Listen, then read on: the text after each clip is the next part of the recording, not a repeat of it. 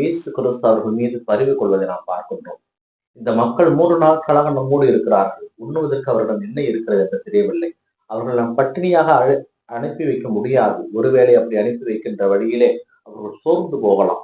இயேசு கிறிஸ்து ஒரு மனிதன் என்பதை இங்கே நிரூபிக்கிறார்.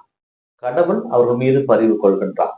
கடவுள் பரிவு கொண்டு ஆசிரியை வழங்குவார். ஆனால் கடவுள் மனிதனிடத்தில் இருந்து மனிதனுடைய கவலைகளையும் கஷ்டங்களையும் நடக்கின்ற பொழுது ஏற்படுகின்ற வழிகளையும் அவர் கணித்திருக்கிறார். அதனால்தான் சொல்லுகிறார், ஒருவேளை நாம் அவர்களை பசியோடு அனுப்பி வைத்து விட்டால் போகும் வழியிலே அவர்கள் சோர்ந்து போவார்கள் என்று.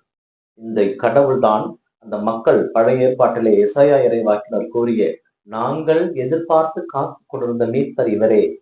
இந்த வார்த்தையை நாம் இங்கே பொருட்கொள்ளலாம். பிரியமானவர்களே, பிறகு சீடர்களிடம் கூப்பிட்டு கேட்கிறார், உங்களிடம் என்ன இருக்கிறது என்று. எங்களிடம் 7 அப்பங்களும்